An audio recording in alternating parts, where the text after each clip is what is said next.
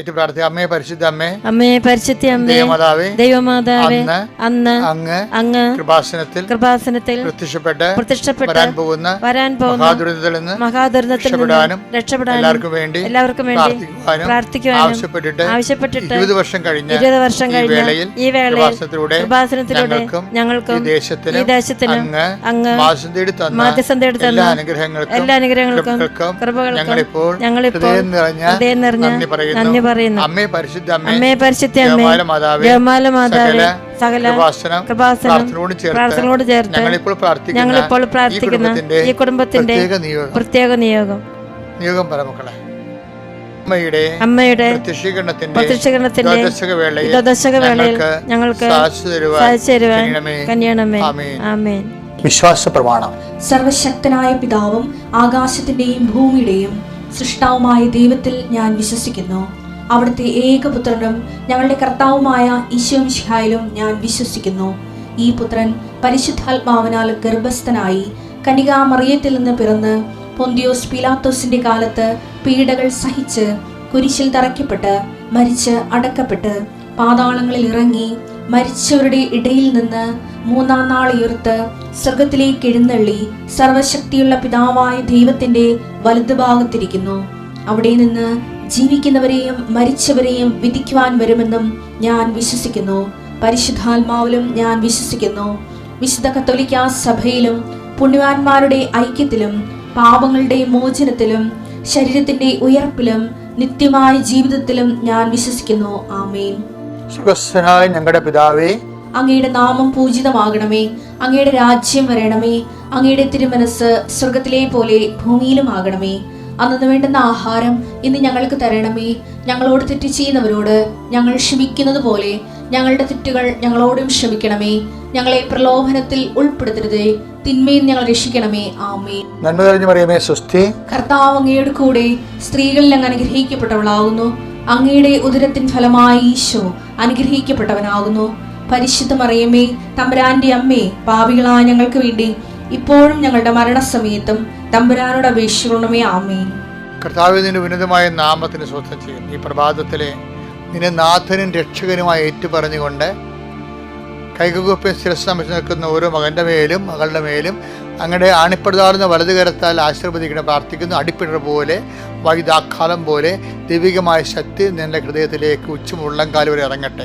എല്ലാ കോശങ്ങളും പേശികളും രക്തഞരമ്പുകളിലും ശരീരകോശങ്ങളും കർത്താവിൻ്റെ രക്തം നിറയട്ടെ. മാരക രോഗങ്ങൾ, തീരാവ്യാധികൾ, ജീവിത ദുരിതങ്ങളെ യേശു ക്രിസ്തു നാമത്തിൽ മാറിപ്പോകട്ടെ. നീ ഇന്ന് എവിടെയെല്ലാം സഞ്ചരിക്കുന്നുവോ, ആരോടെല്ലാം സംസാരിക്കുന്നുവോ, എന്തെല്ലാം കാര്യങ്ങൾ ചെയ്യുന്നുവോ, ഏതെല്ലാം ചർച്ചകളിൽ സമ്മേളനം പങ്കെടുക്കുന്നുവോ, എന്തെല്ലാം തീരുമാനങ്ങൾ എത്തിച്ചേരുന്നുവോ, ആ തീരുമാനങ്ങളെല്ലാം കർത്താവിൻ്റെ പരിശുദ്ധാത്മാ നയിക്കപ്പെടുകയും കർത്താവിൻ്റെ വിശുദ്ധ രക്തത്താൽ സീൽ ചെയ്യപ്പെടുകയും ചെയ്യട്ടെ.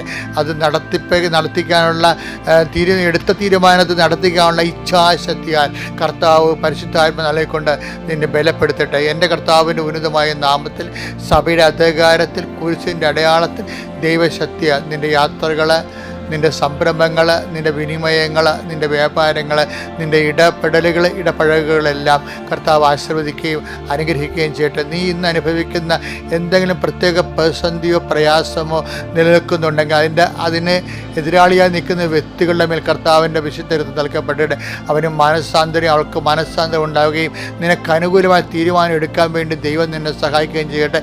എല്ലാ വിശുദ്ധന്മാരും മാലാഖമാരും രക്തസാക്ഷികൾ ഈ കാലങ്ങളിലൂടെ കൃപാസ് നടന്നിട്ടുള്ള 10,000-കണക്കിന് ആരാധനയുടെ ശക്തിയാൽ യേശു ക്രിസ്തു നാമത്തിൽ സ്നാനം ചെയ്യപ്പെടട്ടെ. In Lord Jesus Christ, pour out His Spirit, touch the fire fingers, soak with the precious blood, Lord, infuse His Spirit, infuse His Spirit of power and grace. എൻ്റെ കർത്താവിൻ്റെ ഉന്നതമായ നാമത്തിൽ സഭയുടെ അധികാരത്തിൽ കുരിശിൻ്റെ അടയാള ദൈവശക്തിയാൽ നീ ഇന്നത്തെ ദിവസം ആശീർവദിക്കപ്പെടട്ടെ. നടപടി പുസ്തകം 14:26 വായിക്കാം. അവിടെ നിന്ന് അന്ത്യോക്യയിലേക്ക് കപ്പൽ കയറി. അവിടെ അപ്പോസ്തലന്മാരുടെ കപ്പൽ യാത്രയെ കുറിച്ച് പറഞ്ഞാണ്. അവിടെ ലൂക്കാസ് വിശേഷത്തിന്റെ വിവരണമാണ്. പൗലോസിന്റെ കപ്പൽ യാത്രയാണ്. അവിടെ നിന്ന് അന്ത്യോക്യയിൽ ഞങ്ങൾ കപ്പൽ കയറി. തങ്ങൾ നിർവഹിച്ച ദൗത്യത്തിന് ആവശ്യമായിരുന്ന ദൈവകൃപയ്ക്ക് അവർ ഫലമേൽപ്പിക്കപ്പെട്ടത് അവിടെ വെച്ചാണല്ലോ. അതായത് നമുക്കറിയാമല്ലോ, നമുക്ക് പ്രാർത്ഥനയ്ക്ക് നമുക്ക് വേണ്ടത് വിശ്വാസമാണ്. പ്രാർത്ഥന മൂലം നമുക്ക് കിട്ടുന്നത് അനുഗ്രഹമാണ്. പക്ഷെ ദൗത്യത്തിന് നമുക്ക് വേണ്ടത് ദൗത്യം കണ്ട അവർ നിർവഹിച്ച ദൗത്യത്തിന് ആവശ്യമായ ദൈവകൃപയ്ക്ക് അവർ ഫലമേൽപ്പിക്കപ്പെട്ടത് അവിടെ വെച്ചാണ്. അന്ത്യോക്യയിൽ കൃപയുടെ അപ്പോസ്തലന്മാർക്ക് കൃപ കിട്ടിയ സ്ഥലമാണ്. എന്താണ്?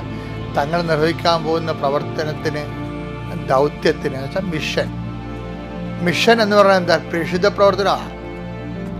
കർത്താവിനെ അറിയാത്തവരെ അറിയിക്കുകയാണ്, അറിഞ്ഞവരെ ആഴപ്പെടുത്തുകയാണ്. അതിന് വേണ്ടത് അനുഗ്രഹമല്ല. അനുഗ്രഹം ഫിസിക്കൽ ഫേവേഴ്സാണ്, ഭൗതിക ആനുകൂല്യങ്ങളാണ്. അത് ഡെഡ് ആൻഡ് ഗോയാണ്, യൂസ് ആൻഡ് ത്രോയാണ്. പക്ഷെ അതേസമയം തന്നെ കൃപയെന്ന് പറയുന്നത് എന്തിനാണ്? ദൈവത്തിൻ്റെ തനത് ശക്തിക്കാണ് കൃപയെന്ന് പറയുന്നത്. കൃപ നിറയുമ്പോൾ കർത്താവിനെ കൈമാറാൻ തോന്നും. കണ്ടുമുട്ടുന്ന വ്യക്തികളിലേക്ക് വിശ്വാസം കൈമാറാൻ തോന്നും.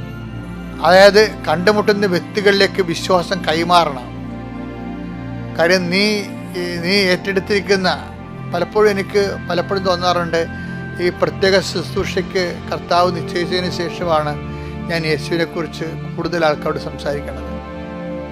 കാര്യം പലരെയും നമുക്ക് ഉടമ്പടി എടുക്കുമ്പോൾ സാക്ഷ്യം പറയുമ്പോൾ അവർ പറഞ്ഞതെന്താ വെച്ചാൽ, എൻ്റെ അടുത്ത് വന്ന ആളിനോട് ഞാൻ എൻ്റെ അനുഭവങ്ങൾ പറഞ്ഞു, എന്നിട്ട് അവരോട് കർത്താവിനെ കുറിച്ച് ഞാൻ സംസാരിച്ചു, ഉടമ്പടിയെക്കുറിച്ച് പറഞ്ഞു, കൃപാസനത്തെക്കുറിച്ച് പറഞ്ഞു, മാതാവിനെക്കുറിച്ച് പറഞ്ഞു.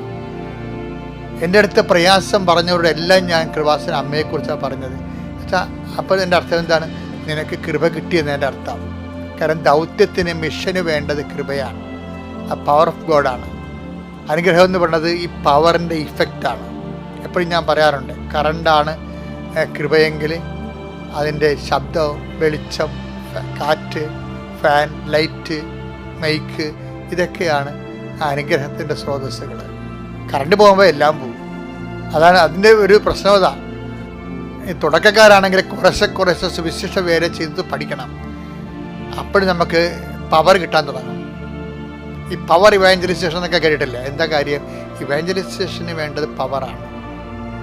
മറ്റതൊക്കെ നമ്മൾ പ്രാർത്ഥിക്കും, പവറിൻ്റെ ജോലി, വീട്, വിവാഹം, വഴി, വീട് എന്നൊക്കെ പറയുന്നത് ഇഫക്റ്റ് ഓഫ് ദി പവറാണ്. അത് വീടൊക്കെ മേടിച്ചാലും ചിലപ്പോൾ കുറച്ച് കഴിയുമ്പോൾ വിൽക്കേണ്ടി വരും. ഇപ്പം കേരളത്തിൽ എങ്ങനെയായാലും 15 കൊല്ലത്തിനുള്ളിൽ ഒരു 50,000 വീട് വിറ്റ് പോകും. ആ വീട്ടിൽ താമസിക്കുന്ന ആൾക്കാരൊക്കെ വേറെ വീട് കാനഡയിലും സ്വിറ്റ്സർലൻഡിലും ഒക്കെ പോയി മേടിച്ചിട്ടുണ്ട്. അതിൻ്റെ കടങ്ങൾ അവർക്കുണ്ട് കിടക്കണം. കാരണം ഇത് വിൽക്കാതെ അവർക്ക് ആ കടം വീട്ടാൻ പറ്റത്തില്ല. കാര്യം മക്കളും കുടുംബം മൊത്തം അവിടെയാണ്. പല ആൾക്കാരും അപ്പനമ്മമാർ കട്ടിലൊഴിയാൻ കാത്തിരിക്കുകയാണ്. ഞാനത് നിഷേധിച്ച് സംസാരിക്കണമല്ല, ജീവിത യാഥാർത്ഥ്യമാണത്. ആരെന്തിനാ നിഷേധിക്കണം? ജീവിത യാഥാർത്ഥ്യമാണ്. ആ ഒരു സ്നേഹബുദ്ധിയാണെങ്കിൽ അവർക്ക് മനസ്സിൽ അവർക്കൊരു കണക്കൂട്ടലുണ്ട്. ഉള്ളവർക്ക് എന്ത് സംഭവിച്ചു കഴിഞ്ഞാൽ ഇത്രയൊക്കെ ഉള്ളു മനുഷ്യരെ, ഇത്രയൊക്കെ ഉള്ളു മക്കളെ വിഷയങ്ങൾ എന്ന് വെച്ചാൽ ഈ ബ്ലെസ്സിങ്സ് എന്ന് പറയുമ്പോൾ എപ്പോഴായാലും അത് വോൺ ഔട്ടായി പോകും. കൃപയെന്ന് പറയുന്നത് ഗലാത്യർ 6:19 കർത്താവിൻ്റെ കൃപ നിൻ്റെ ആത്മാവിൻ്റെ കൂടെ ഉണ്ടാവട്ടെ, ശരീരത്തിൻ്റെ കൂടെയല്ല. വീട്, ജോലി, വിവാഹം എല്ലാം ശരീരത്തിനോട് ബന്ധപ്പെട്ട കാര്യങ്ങളാണ്, ബ്ലെസ്സിങ്സാണ്. അത് യൂസ് ആൻഡ് ത്രോ. നമ്മുടെ വീട് നമുക്ക് ജപ്തി ആയി കഴിയുമ്പോൾ ചിലപ്പോൾ വിൽക്കേണ്ടി വരും. പക്ഷേ നമ്മൾ വേറെ വീട് വാങ്ങിക്കും. അപ്പം ഇങ്ങനെ വീട് അത് മാറിപ്പോകും. അനുഗ്രഹത്തിന് ഉള്ള കുഴപ്പം ഇത് മാറിപ്പോകുന്നു എന്നുള്ളതാണ്. കർത്താവ് ചോദിക്കണില്ലേ, നീ നേടിയതൊക്കെ ആരുടേതാകുമെന്ന്? ബ്ലെസ്സിങ്സ് അന്യാധീനപ്പെട്ടു പോകുന്നതിൻ്റെ അർത്ഥം. ലൂക്കായുടെ സുവിശേഷം 12:20 ഉണ്ട്. എന്ന് പറയുന്നത്, എന്നാൽ ദൈവം അവനോട് പറഞ്ഞു, പോഷ, ഈ രാത്രി നിൻ്റെ ആത്മാവിനെ നിന്നിൽ നിന്ന് ആവശ്യപ്പെടും, അപ്പോൾ നീ ഒരുക്കി വച്ചിരിക്കുന്നവ ആരുടേതാകും? ഇതുതന്നെയാണ് മത്തായി 16:26 പറയുന്നത്. ലോകം മുഴുവൻ നേടിയാലും ആത്മാവ് നഷ്ടപ്പെട്ടാൽ എന്ത് പ്രയോജനം? അപ്പോൾ അനുഗ്രഹത്തിന് ഉള്ള കുഴപ്പം ഇത് ആരുടെയെങ്കിലും ആകും നേടി വെച്ചിരിക്കുന്നത്, ഒരുക്കി വെച്ചിരിക്കുന്നത്. അതുപോലെ ലോകം മുഴുവൻ നേടിയാൽ പോലും അത് പ്രയോജനമില്ലാതെയായി മാറും. അനുഗ്രഹത്തിന് അങ്ങനൊരു കുഴപ്പമുണ്ട്. അതുകൊണ്ടാണ് ബൈബിൾ എപ്പോഴും പറയണത്, ഈശോ വന്നിരിക്കുന്നത് അത്ര അനുഗ്രഹങ്ങൾ മാത്രം ഉണ്ടാക്കാനല്ല, ഞാൻ വന്നിരിക്കുന്നത് അവർക്ക് ജീവനുണ്ടാകാനും കൃപയുണ്ടാകാനും, കൃപ സമൃദ്ധമായാണ്. അവരുടെ നാമത്തിൽ വിശ്വസിക്കുന്നവർക്കെല്ലാം കൃപയ്ക്ക് മേൽ കൃപ ലഭിച്ചിരിക്കുന്നത്. ഈ കൃപ എങ്ങനെ ലഭിക്കുന്നത്? ദൗത്യത്തിനാണ് കൃപ ലഭിക്കുന്നത്. എൻ്റെ ദൈവത്തെ ചുരുക്കി ഞാൻ പറയട്ടെ, ദൈവത്തിനെ അടിസ്ഥാനപ്പെടുത്തി ഒരു ദൗത്യം നമുക്കുണ്ടാകണം. ഇപ്പം നമ്മുടെ വീട്, അത് നമ്മളെ ഒരു വീട് പണിയണം, മരിക്കണമെങ്കിൽ ഒരു വീട് സ്വന്തം വീട്ടിൽ കിടന്ന് ഉറങ്ങണം, അതൊരു ദൗത്യമാണ്. പക്ഷെ നമ്മളെയാണ് അടിസ്ഥാനപ്പെടുത്തിയിരിക്കുന്നത്. മരിക്കണ മുമ്പ് എൻ്റെ ടാർഗറ്റ് മരിക്കണ മുമ്പ് 10,000 പേരെ കർത്താവിനെ അറിയിച്ചിരിക്കണം. അപ്പം എന്ത് ദൗത്യമാണ്! അങ്ങനെ അറിയാത്തവരാണ്, അറിഞ്ഞവർ. ചിലപ്പോൾ ഞാൻ പറയും 1,00,000 പേരെ മരിക്കണ മുമ്പ് കർത്താവിനെ അറിയിച്ചിരിക്കണം. അത് ഞാൻ എപ്പോഴും എൻ്റെ മനസ്സിൽ പറയുന്ന ടാർജറ്റാണ്. അപ്പോൾ അറിയാത്തവരെ ഞാൻ അറിയിക്കും, ഒരു സംശയമില്ല. അതാണ് ദൗത്യം, അതാണ് കൃപ ലഭിക്കുന്നത്. നമ്മുടെ ദൗത്യത്തിന് നമുക്ക് എങ്ങനെയെങ്കിലും PhD എടുക്കണം. PhD എടുത്ത് കഴിഞ്ഞാൽ എന്ത് പറ്റും? കോളേജ് ജോലി കിട്ടും, അല്ലേ? ജോലിയുടെ ഇത് കിട്ടും, ശമ്പളം കിട്ടും, എന്ത് കിട്ടും? നല്ല അലയൻസ് കിട്ടും. നല്ല അലയൻസ് കിട്ടിയ എന്ത് കിട്ടും? പിന്നെ നല്ല വീട് പണിയാൻ, നല്ല ലൈഫ് സ്റ്റൈൽ കിട്ടും, സ്റ്റാൻഡേർഡ് കിട്ടും. ലൈഫ് സ്റ്റാൻഡേർഡിൽ അപ്പോൾ ഇതെല്ലാം പക്ഷേ ഇതെല്ലാം ഒരു സുപ്രഭാതത്തിൽ നഷ്ടപ്പെടും. അതാണ് ഈശോ ചോദിക്കുന്നത്, ഒരുക്കി വെച്ചിരിക്കുന്നതൊക്കെ ആരുടേതാകും? നേടിയാലും ലോകം മുഴുവൻ നേടിയാലും എന്ത് പ്രയോജനം? അപ്പോൾ ഇതുപോലെ എന്നിട്ട് എൻ്റെ അർത്ഥം അത് നേടരുതെന്നല്ല എൻ്റെ അർത്ഥം, അതിന് 1-ാം സ്ഥാനം കൊടുക്കരുതെന്നാണ് എൻ്റെ അർത്ഥം. ദൈവത്തിന് 1-ാം സ്ഥാനം കൊടുക്കാൻ പറഞ്ഞതിൻ്റെ കാരണം അതാണ്. അപ്പോഴേ ദൗത്യത്തിനാണ് കൃപ ലഭിക്കുന്നത്. കൃപ എന്ന് പറഞ്ഞാൽ ദൈവത്തിൻ്റെ ശക്തിയാണ്. അപ്പോൾ ദൗത്യം, നിങ്ങൾക്ക് ഒരു ദൗത്യമുണ്ടായിരിക്കട്ടെ. എങ്ങനെ? കർത്താവിനെ അറിയിക്കാനും. അതന്നെ കൃപാസനം പത്രം നമ്മൾ കൊടുക്കുന്നതിൻ്റെ കാര്യം എന്താണ്? അറിയാത്ത അറിയും, അറിഞ്ഞാൽ ആഴപ്പെടും. കാര്യം പ്രസംഗിക്കാൻ അറിയാമെങ്കിൽ പിന്നെ പ്രസംഗിച്ചാൽ മതിയാവും. പറഞ്ഞു കൊടുക്കാൻ അനുഭവ സാക്ഷികൾ എന്തുകൊണ്ട് സാക്ഷികൾ പറയിപ്പിക്കുന്നത്? അറിയാത്തവരെ അറിയിക്കുക, അറിഞ്ഞവരെ ആഴപ്പെടുത്തുക, എല്ലാം പ്രേക്ഷിത പ്രവർത്തനമാണ് എന്ന് പറഞ്ഞ് എല്ലാവരെയും മതം മാറ്റുക എന്നല്ല അർത്ഥം. കർത്താവിനെ അറിയാത്തവരെ അറിയിക്കുക, അത് നമ്മുടെ കടമയാണ്. ക്രിസ്തു എല്ലാവർക്കും വേണ്ടിയാണ് ദൈവം നൽകിയിരിക്കുന്നത്. ക്രിസ്തുവിൻ്റെ ആനുകൂല്യങ്ങളും അവകാശങ്ങളും എല്ലാവർക്കും അവകാശപ്പെട്ടതാണ്. അവർക്ക് അവകാശമുണ്ട്. ക്രിസ്തുവിനെ അറിയാനുള്ള അവകാശത്തെ നമ്മൾ മാനിക്കണം. അങ്ങനെ അവർക്ക് അറിയാത്തവർക്ക് അറിവ് പറഞ്ഞു കൊടുക്കുമ്പോൾ നമുക്കത് ദൗത്യമായി, അത് കൃപയായി. പക്ഷേ അതേസമയം തന്നെ അവരുടെ ഭൗതികമായ ആവശ്യങ്ങൾ നമ്മൾ നിറവേറ്റുകയും ചെയ്യണം. അതുകൊണ്ടാണ് ഉടമ്പടി ദൈവത്തിനും മനുഷ്യനും പ്രീതികരമായി മാറുന്നതിൻ്റെ കാര്യം അതാണ്. ഇന്നത്തെ സാക്ഷ്യ വിചാരം നമ്മളെടുക്കുന്നത് ഏറ്റവും പുതിയൊരു സാക്ഷ്യമാണ്. വൈക്കത്തുള്ള അനിത താമരാക്ഷൻ്റെ സാക്ഷ്യം. അതാണിപ്പോഴേ ഭയങ്കര സ്പീഡായി ആൾക്കാരെ കൂടുതൽ പേര് കണ്ട് പ്രാർത്ഥിച്ചുകൊണ്ടിരിക്കുന്ന ഒരു സാക്ഷ്യമാണ്. അതിൻ്റെ താഴെയുള്ള കമൻസുകളെല്ലാം സാക്ഷ്യത്തിൻ്റെ ഉള്ളിലെ സാക്ഷ്യമായി, ടെസ്റ്റിമണി വിത്തിൻ ടെസ്റ്റിമണിയായി അനേകരിലേക്ക് കർത്ത സാന്നിധ്യം കടന്നു ചെല്ലണതാണ്. നിങ്ങൾ ആ സാക്ഷ്യം കേൾക്കാത്തവരുണ്ടെങ്കിൽ ഈ ദിവസങ്ങളിൽ അത് കേൾക്കണമെന്ന് പ്രത്യേകം അഭ്യർത്ഥിക്കാം. ആ സാക്ഷ്യത്തിൻ്റെ എന്താണ് അതിൻ്റെ ഉടമ്പടിയുടെ പെർസ്പെക്റ്റീവിൽ ആ സാക്ഷ്യം ഒരു പുനർവായനയ്ക്ക് വെക്കാൻ കാരണമെന്ന് വെച്ച് കഴിഞ്ഞാൽ, ഇവർ ഗ്രൗണ്ട് 0 നിൽക്കുന്ന ഒരാളാണ്. എന്ന് വെച്ച് കഴിഞ്ഞാൽ പ്രളയം വന്ന് അവിടെ വീടെല്ലാം നഷ്ടപ്പെട്ടെ. പ്രളയം വന്ന് വീടെല്ലാം പോയി. പിന്നെ ഇപ്പം താമസിക്കുന്നത് ടർപ്പോള വരച്ച് കെട്ടിയ ഒറ്റമുറി വീട്ടിൽ അമ്മയും 3 മക്കളും ആയ ഒരു അപ്പനുമായിട്ട്. രോഗിയല്ല അദ്ദേഹം വാഹനം ഇടിച്ച് അപകടപ്പെട്ട് ബ്രെയിൻ ഡാമേജ് വന്ന ആളാണ്. അപ്പോൾ എനിക്ക് ഒരു വ്യക്തിയുടെ തകർച്ച പനിത ചോദിക്കുന്നത് അത് ഭയങ്കര ഹൃദയസ്പർശിയാണ്. ചില ഭർത്താവിൻ്റെ ഓർമ്മ പോകുമെന്ന് വെച്ച് കഴിഞ്ഞാൽ, ഇപ്പോൾ കുറേ നാളായി ഇങ്ങനെ കിടക്കണത്. ഇപ്പോൾ ബന്ധുക്കളും സ്വന്തപ്പെട്ടവരൊക്കെ ഉള്ളവരാണ്, അവർ ശരിക്കും സഹായിക്കുന്ന ബന്ധുക്കൾ തന്നെയാണ്. പക്ഷെ നമുക്കറിയാമല്ലോ, നമുക്ക് എന്തെങ്കിലും സംഭവിച്ചാൽ എല്ലാവരും ആദ്യ സമയത്ത് എല്ലാവരും ഉണ്ടാവും. അത് കഴിഞ്ഞ് ഒരു കൊല്ലമൊക്കെ എല്ലാവരും ഒരുപോലെയൊക്കെ അതിന് ഉണ്ടാകും. പക്ഷെ പിന്നെ എല്ലാവരും അവരവരുടെ ഉത്തരവാദിത്തങ്ങളിലേക്ക് പതുക്കെ പോകും. ചിലപ്പോൾ വിളിച്ചു പോലും ചോദിക്കാത്ത രീതിയിൽ അങ്ങനെ അവർ പറയുന്നുണ്ട്. ഞാനിങ്ങനെ സമൂഹത്തിലും വീട്ടിലും ഒക്കെ ബന്ധങ്ങളുമൊക്കെ ഒറ്റപ്പെട്ട് ഉൾവലിഞ്ഞു പോയെന്ന് പറയുന്നു. ഇപ്പോൾ ഒരു വ്യക്തി ഇങ്ങനെ പടിപടിയായിട്ട് തളർന്നും തകർന്നുമൊക്കെ പോകുന്ന അവസ്ഥകൾ. ഉടമ്പടി അവരെങ്ങനെയാണ് ഇങ്ങനെ അതുപോലെ തന്നെ ഉയർത്തിക്കൊണ്ട് വരുന്നതെന്ന് നമ്മൾ ഈ ധ്യാനത്തിലൂടെ പരിശോധിക്കുകയാണ്. ഏറ്റവും അവസാനം സംഭവിച്ചത് ഭർത്താവിൻ്റെ ഓർമ്മ പോകും. ഇപ്പം നമ്മുടെ ജീവിത പങ്കാളി അല്ലെങ്കിൽ മക്കൾ നമ്മൾ ശുശ്രൂഷിക്കുമ്പോൾ അവർക്ക് നമ്മളെ ശുശ്രൂഷിക്കുമ്പോൾ നമ്മളെ ശുശ്രൂഷിക്കാൻ വേണ്ടി അവശേഷിക്കുന്ന ഒരു ഉത്തേജനം എന്ന് പറയുന്നത് നമ്മളവരെ ശുശ്രൂഷിക്കുന്നുണ്ട് എന്ന് അവർക്ക് തോന്നണതും അവരുടെ മനസ്സിൽ നമ്മളോടുള്ള ഒരു നന്ദിയും സ്നേഹവും ഒക്കെയാണ്. പക്ഷേ അതിനൊക്കെ വേണ്ടത് ഓർമ്മയല്ലേ? ഓർമ്മ അങ്ങ് പോയാലേ ഈ രോഗി ശുശ്രൂഷയുടെ ഇപ്പം ഞാൻ രോഗിയായിരുന്നു, നിങ്ങൾ എന്നെ സന്ദർശിച്ചു എന്ന് ഈശോ പറയണില്ലേ? അപ്പോൾ ഒരു ഉടമ്പടി നമ്മളത് ചെയ്യുകയും ചെയ്യുന്നുണ്ട്. അതിൽ നിന്ന് നമുക്ക് ഗ്രേസ് നമുക്ക് കിട്ടണത് എന്താണ്? ദൈവകൃപ. അത് ദൈവകൃപ നമുക്ക് ലഭിക്കാൻ വേണ്ടി ഈശോ നൽകിയിട്ടുള്ള ഹോംവർക്കിൽ ഗൃഹപാഠങ്ങളിൽ ഒരു പ്രധാനപ്പെട്ട സംഭവമാണ് രോഗി പരിചരണം. ഇപ്പോൾ ഈ രോഗി പരിചരണത്തിൽ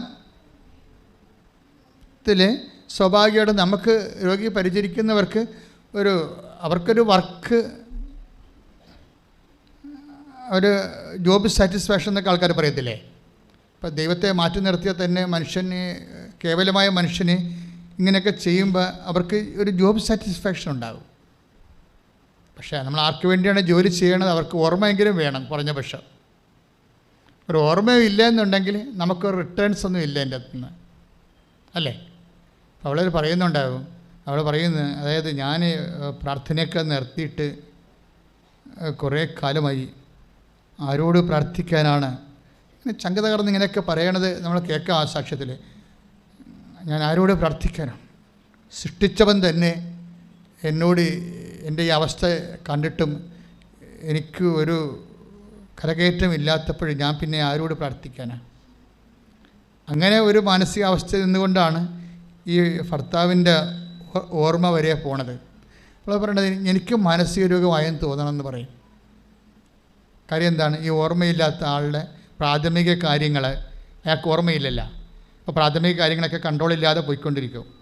എന്നാൽ നമ്മളതൊരു വൈഫ് എന്ന രീതിയിൽ ദൈവത്തെ നിർത്തിയ ഒരു ശുശ്രൂഷ അതെല്ലാം നമ്മൾ നിർവഹിക്കുമ്പോൾ ആ വ്യക്തിക്ക് ഓർമ്മയില്ലെങ്കിൽ പിന്നെ അതും ഇല്ലല്ലോ. അപ്പോൾ ഞാൻ രോഗിയായിരുന്നു, നിങ്ങളെന്നെ സന്ദർശിച്ചു എന്ന് പറയുമ്പോൾ ചിലരെങ്കിലും ഓർമ്മയില്ലാത്ത രോഗികളെ സന്ദർശിക്കുന്നു എന്നുള്ളത് സത്യമാണ്. നമുക്കതിൽ നിന്ന് ഒരു റിട്ടേൺസുമില്ല.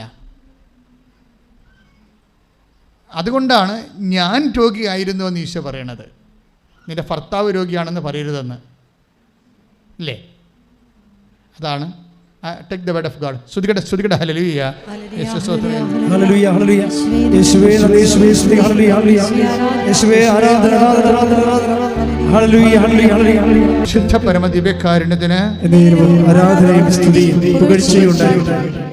മത്തായി 25:36 ഞാൻ രോഗിയായിരുന്നു, നിങ്ങൾ എന്നെ സന്ദർശിച്ചു.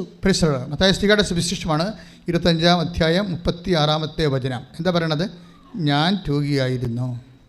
അപ്പോൾ അവളുടെ ഭർത്താവ് രോഗിയായിരുന്നു, അല്ല നിങ്ങളുടെ മകൻ രോഗിയായിരുന്നു എന്നല്ല. ഇവരെ ഈ രോഗികളിലെ നമ്മൾ മക്കളെയാണ് അല്ല ഭർത്താവിനെയാണ് കാണുന്നതെങ്കിൽ ഒരു ടൈം ആകുമ്പോൾ നമുക്ക് ബോറടിക്കുകയും റിട്ടേൺ കിട്ടാത്ത കാരണം നമ്മൾ മാനസിക രോഗികളായി മാറുകയും ചെയ്യും. അപ്പോൾ ആരെങ്കിലും ശുശ്രൂഷിക്കുന്നുണ്ട് ഉടമ്പടിയുടെ വെളിച്ചത്തിലെങ്കിൽ നിങ്ങൾ ശ്രദ്ധിക്കേണ്ട കാര്യം ഈ 25-36 എന്താണ്? ആ രോഗിയെ XOR നമ്മൾ ശുശ്രൂഷിക്കുന്നവരെ ആരായിട്ട് കാണണം? നീ സ്നേഹിക്കുന്ന നിനക്ക് വേണ്ടി മരിച്ച യേശു ക്രിസ്തുവായിട്ട് കാണണം. കൈയടിച്ച് കർത്താവിനെ സ്തുതിക്കുന്നു. പ്രവർത്തികൾ ചെയ്യുമ്പോൾ എന്നെ കണ്ടത് ചെയ്യുവാൻ, നിന്റെ നാമമഹത്വത്തിനായി അത് ചെയ്യുവാൻ അഭിഷേകം. അപ്പോഴേ എല്ലാ മേഖലകളിലും പ്രത്യേകിച്ച് കുരിശ് ആയിട്ട് നമുക്ക് തോന്നുന്ന മേഖലകളെല്ലാം ആ കുരിശോടുകൂടെ ക്രൂശിക്കപ്പെട്ടവനെ കാണണമെന്നാണ് സുവിശേഷം. എവിടെയെങ്കിലും കുരിശുണ്ടെങ്കിൽ കുരിശിൻ്റെ കൂടെ ആര് കാണണം? ക്രൂശിക്കപ്പെട്ടവനെ കൂടി കാണണം. അത് കർത്താവിന് വേണ്ടിയാണ് ആ കുരിശ് കാണേണ്ടത്. അപ്പോൾ ഈ ഓർമ്മ കൂടി പോയി, വീടുമില്ല, അതുപോലെ തന്നെ മക്കളെ പഠിപ്പിക്കാൻ വിട്ടിട്ടേ അവിടെ ഫീസ് അടക്കാൻ നിവൃത്തിയില്ലാതെ മകൾ വന്ന് വീട്ടിൽ നിൽക്കുക. അപ്പോൾ ആൾക്കാരൊക്കെ ചോദിച്ചു, ഇവളെന്തോ പ്രോബ്ലം ഉണ്ട് അവിടെ ഉണ്ടാക്കിയിട്ട്, പെൺകുട്ടികളല്ലേ അപ്പോൾ എല്ലാം പ്രോബ്ലമായിട്ട് കാണത്തുള്ളൂ നാട്ടുകാർ, ഇവളവിടെ എന്തോ പ്രോബ്ലം ഉണ്ടാക്കിയിട്ട് വന്ന് നിൽക്കുകയാണെന്ന്. പക്ഷേ ആൾക്കാരോട് പറയാൻ പറ്റുമോ? ഫീസ് അവിടെ കൊടുക്കാൻ പറ്റാത്ത കാരണം ഇറക്കി വിട്ടിരിക്കുകയാണെന്ന്. ഒരു അമ്മ മനസ്സനുഭവിക്കുന്ന വ്യത്യസ്തമായ കാലാവസ്ഥകൾ എന്തിനാണ് നിങ്ങളോട് ഞാൻ പറയണത്? എനിക്കറിയാം പലരുടെയും അവസ്ഥ ഇതുപോലെയോ ഇതിനേക്കാൾ താഴ്ന്നതോ ആണ്. ഇതിത്തിരി കൂടിയതാണെന്ന് പറയാൻ കാരണം സഹിക്കാൻ പറ്റാത്തൊരവസ്ഥയിൽ ഇവളെടുക്കുന്ന ഒരു തീരുമാനം പറയുന്നുണ്ട്. ഞങ്ങളെ കൂട്ടത്തോടെ ആത്മഹത്യ ചെയ്യാൻ തീരുമാനിച്ചെന്ന് സെപ്റ്റംബർ 2-ാം തീയതി ഡേറ്റൊക്കെ പറയുന്നുണ്ട്. അപ്പോൾ അവർ വിഷമൊക്കെ വാങ്ങിച്ച് വെച്ചു. അപ്പോൾ അവരുടെ ഒരു ഞാൻ എങ്ങനെ അച്ചായനെ എങ്ങനെ ഞാൻ വിഷം കൊടുക്കും? അതാണ് പ്രശ്നം. കുഞ്ഞുങ്ങളെല്ലാം കഴിക്കാൻ തയ്യാറായി. ഒക്കെ കുഞ്ഞുങ്ങൾ വരെ കഴിക്കാൻ തയ്യാറായെന്ന് പറയുമ്പോൾ ആ കുടുംബത്തിൻ്റെ എന്തുമാത്രം സഹിക്കാനാവാത്ത അവസ്ഥയാണ്. ഉടമ്പടി എത്രയോ മനോഹരമാണെന്ന് പറയാൻ കാരണം അതാണ്. അതായത് കുഞ്ഞുങ്ങളോട് അമ്മ ഇങ്ങനെ ഒരു അവസ്ഥ ചെല്ലാൻ കാരണം ഇവർ 7 ലക്ഷം രൂപ, പാവപ്പെട്ടവരല്ലേ, 7 ലക്ഷം രൂപയ്ക്ക് ശരിക്കും പറഞ്ഞാൽ 7 കോടി രൂപയുടെ കടമുള്ളവരുടെ അവസ്ഥയാണ് അവർക്കുള്ളത്. അപ്പം പലരും കടക്കാർ വിളിച്ച് ഭർത്താവിനെ മരണത്തിൽ നിന്ന് രക്ഷപ്പെടുത്താൻ വേണ്ടി കണ്ടപാട്ടുന്നൊക്കെ ഒരു കടം മേടിച്ച് പലിശക്ക് അവരൊക്കെ ഇതിൻ്റെ ഇടയ്ക്ക് ഇവരെ വിളിക്കുന്നുണ്ട്. മകൾ വന്ന് വീട്ടിൽ നിൽക്കണുണ്ട്. അപ്പോൾ ഇങ്ങനെ വിളിക്കുമ്പോൾ അവർ അസഭ്യമൊക്കെ പറയും ഫോണിൽ. അപ്പോൾ ഇവരുടെ കണ്ണറിയാണ്ട് നിറഞ്ഞ് കണ്ണീര് താഴെ വീഴുമ്പോൾ മക്കളുടെ ആത്മവിശ്വാസം പോകും. കാര്യം അവർക്കെല്ലാം ഒരു അഭയമായിരുന്നത്. പല അഗ്നി പരീക്ഷകളിലൂടെ പോകുമ്പോഴും അമ്മ ആണ് അവരുടെ അഭയം. അതിൻ്റെ തനിത പറയുന്നുണ്ട്. എൻ്റെ ബന്ധുക്കൾ വിലയും നിലയൊക്കെ ഉള്ളവരാണ്, പക്ഷെ എൻ്റെ മക്കളെ ഞാൻ അവരുടെ അടുത്ത് വിട്ടിട്ടില്ല. കാരണം അവർ നാളെ കാലങ്ങളിൽ ഈ ദാനങ്ങൾ സ്വീകരിച്ച് ജീവിക്കുന്ന ഒരവസ്ഥ വന്നാൽ അവർക്ക് അവിടെയൊക്കെ മുമ്പിലൊരു വില പോകും. എൻ്റെ മക്കളെ പ്രതിയാണ് ഞാൻ അങ്ങനെയൊക്കെ, എനിക്ക് തെറ്റാകാൻ ശരിയാകാം, കുഞ്ഞുങ്ങളുടെ അഭിമാനം ഓർത്തിട്ടാണ് ഞാൻ അവരോരോരുത്തും പണത്തിനൊന്നും വിടാതിരുന്നത്. ഒരു ലേഡിയാണ് അവർ. ശരിക്കും എന്ത് ബുദ്ധിയും ബോധവും ഉള്ളവരാണത്. എനിക്കത് ഭയങ്കരമായിട്ട് ഇഷ്ടപ്പെട്ടു ആ നിലപാട്. കാര്യം അവർ ആ നിലപാട് കറക്റ്റാണെന്ന് എനിക്ക് എൻ്റെ ജീവിതത്തിൽ നിന്ന് മനസ്സിലായിട്ടുണ്ട്. കാര്യം ഞാൻ സെമിനാരി പഠിക്കുന്ന സമയത്ത് എൻ്റെ ഓൺ അമ്മയുടെ ആങ്ങള അങ്ങേര് 2 ഡോക്ടറേറ്റ് ഉള്ള ആളാണ്. വത്തിക്കാനിൽ റോമിൽ പോയി പഠിച്ച് രൂപതയെ വന്ന് ഇവിടെ സെമിനാരി റെക്ടറാണ് അദ്ദേഹം. അപ്പോൾ അദ്ദേഹമാണ് എന്നെ ആദ്യകാലങ്ങളിലൊക്കെ ഫൈനാൻസായിട്ട് സപ്പോർട്ട് ചെയ്തുകൊണ്ടിരുന്നത് പഠന കാര്യങ്ങളൊക്കെ. പക്ഷെ അങ്ങേര് ചെയ്തതെന്ന് വെച്ച് കഴിഞ്ഞാൽ അന്ന് 1979 76 അപ്പം അന്നത്തെ അച്ഛന്മാർ സെമിനാരിൽ താമസിക്കുന്നവർക്ക് 75 രൂപയാണ് ശമ്പളം. 75 രൂപ ശമ്പളം എന്നൊക്കെ പറഞ്ഞാൽ നിങ്ങൾക്ക് ശമ്പളം എന്ന് പറയും. നമ്മളല്ലേ, ഞങ്ങൾ സഭയിൽ നിന്ന് വാങ്ങിക്കുന്ന ശമ്പളമല്ല, ഞങ്ങൾക്ക് സസ്റ്റ്നൻസ് എന്ന് പറയാം. ഞങ്ങൾക്ക് ഉടുപ്പൊക്കെ കഴുകി ചെരുപ്പൊക്കെ പൊട്ടിയാൽ മേടിക്കാനും സോപ്പൊക്കെ മേടിക്കാനുള്ള കാശിനാണ് സസ്റ്റ്നൻസ് എന്ന് പറയുന്നത്. അതാണ് ഞങ്ങൾ സഭയിൽ നിന്ന് വാങ്ങിക്കുന്നത്. പള്ളികളിലിരിക്കുമ്പോൾ അത് തന്നെ വാങ്ങിക്കണത്, ശമ്പളമല്ല. ശമ്പളം എന്ന് എങ്ങനെ പറയാൻ പറ്റും? തൊഴിലുറപ്പുകാർക്ക് ഇതിനൊക്കെ കൂടുതൽ കിട്ടും. എന്താ അത്രയും നാളെ നിങ്ങളത് മനസ്സിലാക്കാൻ വേണ്ടി ഞാൻ പറഞ്ഞതേ ഉള്ളൂ. അതായത് എന്ത് അരൂപിയോടാണ് ഇതിൻ്റെ അകത്ത് ജീവിക്കണത് നിങ്ങൾക്കറിയാമല്ലോ. ഈ കൃപാസനത്തിന് പോലും ഞാൻ 5 പൈസ ഇന്നുവരെ വാങ്ങിച്ചിട്ടില്ല. ശുശ്രൂഷ ചെയ്യണം ഞാനാണ് ഇവിടെ. 20 കൊല്ലമായില്ലേ. വേണമെങ്കിൽ ഒരു ശുശ്രൂഷയ്ക്ക് 1000 രൂപ വെച്ച് മേടിക്കാമല്ലോ. അപ്പോഴും 20 കൊല്ലത്ത് എന്തുമാത്രം കാശ് കിട്ടും. ഐ ആം നോട്ട് ആ വിഷയത്തെക്കുറിച്ച് ഞാൻ ചിന്തിച്ചിട്ടില്ല. അത് കർത്താവിൻ്റെ പണമാണ്, ദൈവ ശുശ്രൂഷയ്ക്കുള്ളതാണെന്ന് എനിക്ക് നല്ല ബോധമുണ്ട്. പിന്നെ ഇതുപോലെ വല്ല മരുന്ന് വിലയൊക്കെ വരുമ്പോൾ അവിടുന്ന് ബില്ല് കൊടുക്കുകയാണെങ്കിൽ അവരത് പേയ്മെൻറ്റ് ചെയ്യും. എന്താ പ്രശ്നം വെച്ച് കഴിഞ്ഞാൽ സഭയിലെ സ്റ്റാറ്റ്യൂട്ടറി ആയിട്ടുള്ള എല്ലാ സ്ഥലങ്ങളും നിലനിൽക്കുന്ന ഒരു രീതിയാണിത്. പിന്നെ ഞങ്ങളെ ഉടുത്ത് കുളിച്ചും മിടുക്കന്മാരായിട്ട് നടക്കുന്നത് ഞങ്ങളെ സ്നേഹിക്കുന്ന ആൾക്കാർ ലോഹയായിട്ടും ഒത്തിരി പേര് ഇപ്പോൾ ഈ കൃപാസനം തന്നെ റൺ ചെയ്യണത് എങ്ങനെയാണ് ശരിക്കും? ഞങ്ങൾ ഇവിടെ കുർബാന പണമെന്ന് എഴുതി വെച്ചിട്ടുണ്ടോ? ഇല്ല. സ്വസ്ഥ കാശ് എടുക്കുന്നുണ്ടോ? ഇല്ല. അതേസമയം തന്നെ സംഭാവന എഴുതി വെച്ചിട്ടുണ്ടോ? ഇല്ല. ഒരു സംഭവം സാമ്പത്തികമായിട്ട് ഒരു വിഷയമില്ല. കാര്യം ചെയ്യാത്തതിൻ്റെ കാരണം ഇതൊന്നും ഈശോയ്ക്ക് ഞങ്ങൾക്ക് ശുശ്രൂഷ ചെയ്യാൻ പറ്റത്തില്ലേ? സാമ്പത്തികത്തിന് ഏതെങ്കിലും മേഖലയിൽ ഇപ്പോൾ യൂട്യൂബ് 5 പൈസ കമ്പനിയിൽ നിന്ന് വാങ്ങിക്കണില്ല. എത്രയോ പ്രാവശ്യം അവിടെ വോയിച്ചർ വന്ന് മേടിക്കണില്ല. അങ്ങനെ വന്നാൽ പരിശുദ്ധാത്മാവ് പതുക്കെ ഇറങ്ങിപ്പോവും. പക്ഷേ എന്നാൽ ഇത് മെയിൻറ്റെയിൻ ചെയ്ത് പോകണില്ലേ? സൂപ്പറായിട്ട് മെയിൻറ്റെയിൻ ചെയ്ത് പോകുന്നുണ്ട്. എന്താ കാര്യം? അമ്മമാതാവ് വാരിക്കോരി കൊടുത്ത് അനുഗ്രഹിച്ച് നിലനിർത്തിയ ആൾക്കാർ കൊണ്ടുവന്ന് ഇതിൻ്റെ മെയിൻ്റനൻസിന് വേണ്ടിയും ശുശ്രൂഷകൾ ഭംഗിയായിട്ട് നടക്കാൻ വേണ്ടിയും ആവശ്യത്തിന് കൊടുത്തിട്ട് പോകുന്നുണ്ട്. പക്ഷേ ഈ വിഷയം സംസാരിക്കാറ് പോലും ഇല്ല ഇവിടെ. പുറത്തൊക്കെ ആൾക്കാർ ട്രോളൊക്കെ ചെയ്യുന്നുണ്ട്, അവർക്ക് അറിയാൻ പാലാത്തത് കൊണ്ട് നമ്മൾ എന്ത് പറയാനോ. പക്ഷേ ഇതാണ് ഇത് സിറ്റുവേഷൻ. പോട്ടെ, എൻ്റെ ഒരു അവസ്ഥ ഞാൻ നിങ്ങൾ പറഞ്ഞില്ലേ, നിങ്ങൾ ഓരോ ജീവിതത്തിൽ കടന്നു പോകുമ്പോൾ ശ്രദ്ധിക്കണം. അമ്മ അവൾ പറഞ്ഞ കറക്റ്റാണ്. ശരിക്കും അനിത പറഞ്ഞത് കറക്റ്റാണ്. എൻ്റെ അമ്മാവൻ ഒരു ചെറിയ തെറ്റ് ചെയ്ത് കാര്യം, അമ്മാവൻ്റെ ശമ്പളം 75 രൂപയാണ്. അതിൽ 50 രൂപ എനിക്ക് സോപ്പും ബക്കറ്റും ഉടുപ്പും ഒക്കെ വാങ്ങിക്കാൻ വേണ്ടിയുള്ളതാണ്. അപ്പോൾ അമ്മാവൻ പറയും, നീ അത് പോയി പ്രൊക്കറ്ററിലേക്ക് നിന്ന് മേടിച്ചോളാൻ പറയും. 20 രൂപ അമ്മാവനും കൊടുക്കും. 50 രൂപ പ്രൊക്കറ്റർ എന്ന് പറയുന്നത് ട്രഷററാണ്, സെമിനാരിയിലെ പണം സൂക്ഷിപ്പുകാരൻ. അതൊരു അച്ഛനാണ്. അപ്പോൾ അങ്ങേരോട് വാങ്ങിച്ചോളാൻ പറയും. അപ്പോൾ അങ്ങേരെടുത്ത് ഞാൻ എല്ലാ മാസവും ചെന്നിട്ട് 50 രൂപ മേടിക്കും.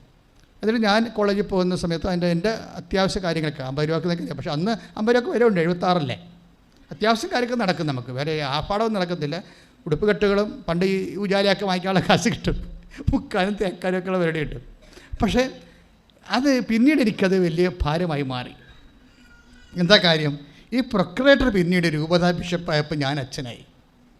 അതാണ് പ്രശ്നം. ഈ പ്രൊക്യുറേറ്ററായിരുന്നു ഈ 50 രൂപ തന്നുകൊണ്ടിരുന്ന അച്ഛൻ പിന്നീട് രൂപതയുടെ ബിഷപ്പായി. അപ്പോൾ ഞാൻ ആരായി? ഞാൻ പഠിച്ച് അച്ഛനായി. ഈ മനുഷ്യൻ്റെ മുമ്പിൽ നമ്മൾ 50 രൂപയ്ക്ക് വേണ്ടി എത്രയോ വർഷം കൈനീട്ടിയതാണ്. അത് കാരണം പലപ്പോഴും അണ്ടർ എസ്റ്റിമേറ്റ് ചെയ്യും. അതാണ് വിഷയം. അത് അനിത പറഞ്ഞ കറക്റ്റ്. അനിത പറഞ്ഞപ്പോൾ എനിക്കത് മനസ്സിലായി. നിങ്ങൾക്കത് മനസ്സിലായെന്ന് അറിയത്തില്ല. നിങ്ങളവർക്കത് വലിയ ഭാവമല്ലേ, ഉള്ളവരൊക്കെ അത് മേടിക്കണ്ടേ. പക്ഷേ അനിത പറഞ്ഞത് എന്താ പറഞ്ഞിരിക്കുന്നത്? എൻ്റെ മക്കൾ ആടെ മുമ്പിൽ കൈനീട്ടിയ നാളെ അവിടെ മുമ്പിൽ അവർ ദാസന്മാരുടെ കാണത്തില്ലേ എന്നാ ചോദിച്ചത്. അതുകൊണ്ടാണ് അത് അമ്മയുടെ അവസ്ഥയിലാണ് ഞാനത് കാണുന്നത്. അപ്പോൾ അതുകൊണ്ടാണ് അവർക്ക് ഒരു വല്ലാത്ത അവസ്ഥയിലൂടെ പോകുമ്പോൾ അവർ പോകത്തില്ലായിരുന്നു. ഈ കടക്കാരെ വിളിച്ച് തോന്നിവാസം പറയണില്ലേ, അപ്പോൾ ഈ മക്കൾക്കെല്ലാം എന്തെല്ലാം അഗ്നി പരീക്ഷകളിലൂടെ പോകുമ്പോഴും ഇവർ ഒറ്റക്ക് നിന്ന് പടപൊരുതി അതിനേക്ക് അതിജീവിച്ച് ഈ കുഞ്ഞുങ്ങളെയും പൊരുന്ന് പരന്ത് വരുമ്പോഴും പാമ്പ് വരുമ്പോഴും ഒക്കെ കൂടെ ചേർത്ത് കൊണ്ടു നടക്കുന്ന അമ്മ ഒരു നിമിഷം ഇങ്ങനെ ഫോൺ എടുക്കുമ്പോൾ കരയണത് കാണും. അപ്പോൾ 2 മക്കളും വന്ന് കയ്യെ പിടിച്ചിട്ട് പറയും, അമ്മ എന്തെല്ലാം സംഭവിച്ചാലും അമ്മ കരയരുത്. അമ്മ കരഞ്ഞാൽ പിന്നെ ഞങ്ങൾ ചങ്ക് പറഞ്ഞു പോകും, പിന്നെ ഞങ്ങൾക്ക് ഒരു ആരംഭവും ഇല്ലാത്ത രീതിയിലാകും. അപ്പോൾ പറയും, നമുക്ക് ഒരുമിച്ച് മരിക്കാം, ഇങ്ങനെ പോകാൻ എത്ര കാലം പോകാൻ പറ്റും. അതാണ് സംഭവം. അപ്പോൾ അവരങ്ങനെ വിഷമൊക്കെ വാങ്ങിച്ച് വെച്ച് അവർക്ക് അതിൻ്റെ അകത്തൊരു മനസാക്ഷിത്വം അവർക്ക് തോന്നണില്ല. കാരണം അവരുടെ അവസ്ഥ അങ്ങനെയായിപ്പോയി. അപ്പോൾ ഈ സെപ്റ്റംബർ 2-ാം തീയതി അപ്പോൾ എന്നിട്ട് ഈ അമ്മ അനിത മക്കൾ പറയും, അച്ഛനി എങ്ങനെ കൊടുക്കൂടാ ഞാൻ വിഷമെന്ന് ചോദിക്കും മൂത്ത മകനോട്. അപ്പോൾ അവൻ പറയും, ഞാൻ കൊടുക്കാം അച്ഛനെന്ന് പറയും. അച്ഛൻ കിടപ്പാണല്ലേ, അച്ഛൻ നമ്മളില്ലാതെ അച്ഛൻ ഇങ്ങനെ കിടന്നിട്ട് കാര്യമില്ലല്ലോ, ഞാൻ കൊടുക്കാമെന്ന് പറയും. അപ്പോൾ ഇവരെങ്ങനെ തീരുമാനിച്ച് പക്ഷേ 2-ാം തീയതി വൈകുന്നേരമായപ്പോൾ അവിടെ മൊബൈലിലേക്ക് ഒരു ലിങ്ക് വരും. എന്താ വരുന്നത്? കൃപാസനത്തിൻ്റെ ഒരു സാക്ഷ്യത്തെ ലിങ്കാണ് വരുന്നത്. നിങ്ങൾ ഓർക്കണം, നിങ്ങൾ സുവിശേഷ വേല ചെയ്യുമ്പോൾ എത്ര ആത്മാക്കൾ രക്ഷപ്പെടുന്നുണ്ടോ. ഞാൻ നിങ്ങളോട് ഷെയർ ചെയ്യാൻ പറയുമ്പോൾ നിങ്ങൾ ഓർക്കും എന്തിനാണ് ഷെയർ ചെയ്യണമെന്ന്. പക്ഷേ ദൈവം നിങ്ങളിലൂടെ പ്രവർത്തിക്കണമെങ്കിൽ നിങ്ങളത് ഷെയർ ചെയ്യുമ്പോഴല്ലേ അറിയത്തുള്ളൂ, അല്ലേ?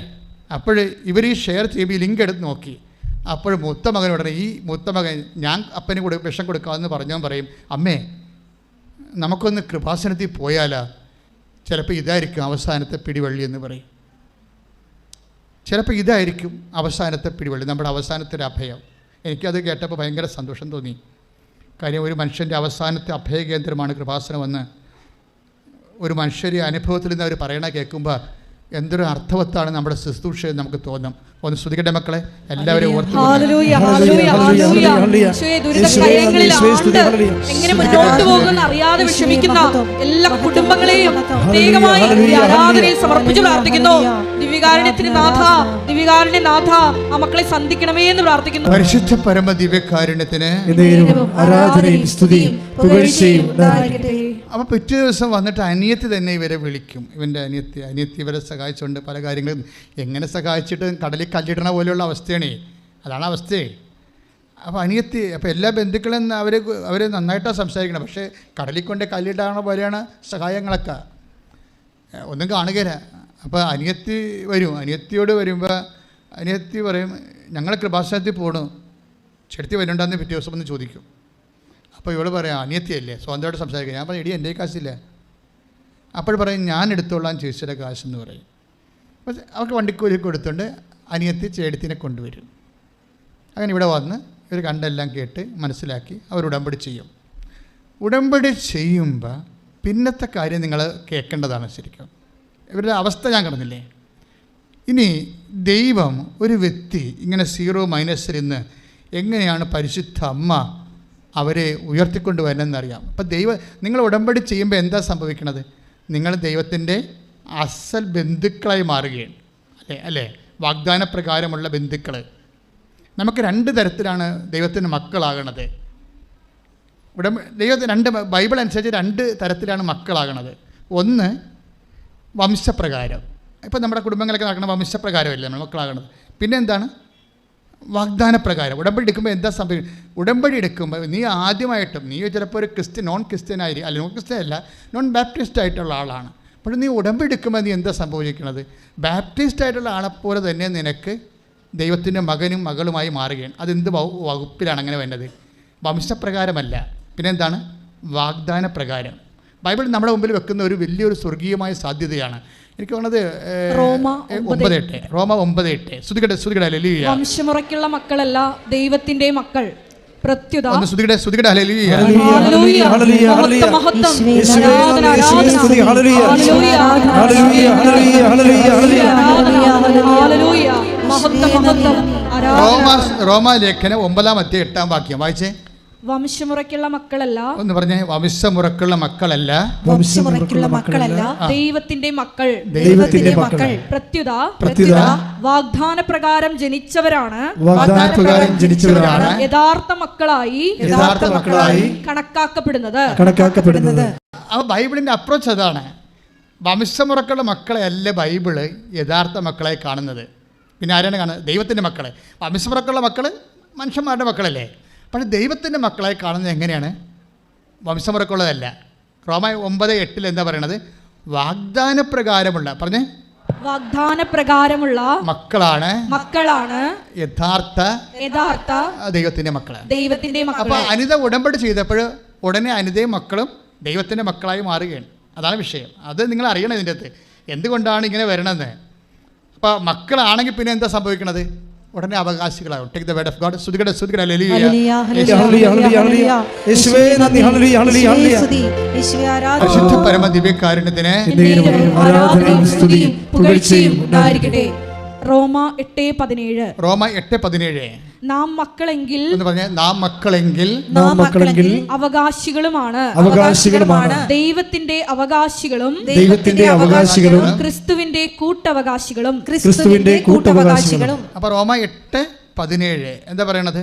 നാം മക്കളാണെങ്കിൽ അവകാശികളുമാണ്. കേട്ടാ, അതിൻ്റെ മക്കളും ഉടനെ മക്കളുമായി പിന്നെന്താണ്?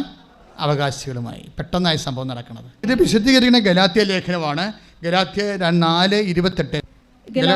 4:28 സഹോദരങ്ങളെ നമ്മളാകട്ടെ ഇസഹാക്കിനെ പോലെ വാഗ്ദാനത്തിന്റെ മക്കളാണ്. അതായത് വാഗ്ദാന പ്രകാരം വംശമുറക്കുള്ള മക്കളുണ്ട്. പിന്നെന്താണ്? വാഗ്ദാന പ്രകാരമുള്ള മക്കളുണ്ട്. ഉടമ്പടി വാഗ്ദാനത്തിൻ്റെ പ്രാർത്ഥനയാണ്. നീ ഉടമ്പടിയിൽ നമ്മൾ എന്തിനാണ് ഉടമ്പടി ചെയ്യണത്? ദൈവത്തിൻ്റെ വാഗ്ദാനങ്ങൾക്ക് നമുക്ക് അവകാശികളാകാനാണ്. ക്ലിയർ അല്ലേ? ദൈവത്തിൻ്റെ വാഗ്ദാനം എന്തുമാത്രമുണ്ട്? 7752 വാഗ്ദാനം വന്ന് ഗൂഗിൾ പറയും. ചില വെബ്സൈറ്റുകളിൽ 8852 വാഗ്ദാനം എന്ന് പറയും. കാരണം ഒരു മനുഷ്യൻ്റെ ഫിസിക്കാലിറ്റി ആൻഡ് സ്പിരിച്വാലിറ്റി മെയിൻ്റെനൻസിന് വേണ്ടി ദൈവം 8000-ഓളം വാഗ്ദാനങ്ങളാണ് കൊടുത്തിരിക്കുന്നത്. ഈ 8000 വാഗ്ദാനങ്ങൾ അനുദിന ജീവിത ആവശ്യങ്ങളും നിത്യജീവിതത്തിൻ്റെ ആവശ്യങ്ങളും നിറഞ്ഞു നിൽക്കുകയാണ്. When we come to the covenant relation, we became heirs of this. നമ്മൾ റൈറ്റ് ഹോൾഡേഴ്സ് ആവും ഇതിൻ്റെ. എന്താണ്? ദൈവത്തിൻ്റെ വാഗ്ദാനങ്ങളുടെ. അതാണ് മക്കളെങ്കിൽ അവകാശികളുമാണ്. പക്ഷെ അവകാശികളും മക്കളുമാക്കുന്നത് എന്താണ്? ഉടമ്പടിയാണ്. ഉടമ്പടി വഴി വാഗ്ദാനങ്ങളിലൂടെയാണ് നമ്മൾ പ്രാപിച്ചുകൊണ്ടാണ് ദൈവത്തിൻ്റെ മക്കളാകുമ്പോൾ അവകാശികളുമാകും. അനിത ഉടമ്പടി എടുക്കുമ്പോൾ വാഗ്ദാന പ്രകാരം ദൈവത്തിൻ്റെ മകളുമായി ആ കുടുംബം മുഴുവൻ ദൈവത്തിൻ്റെ മക്കളായിട്ട് പിന്നെന്തായി? ദൈവത്തിൻ്റെ വാഗ്ദാനങ്ങളുടെ അവകാശികളാകും.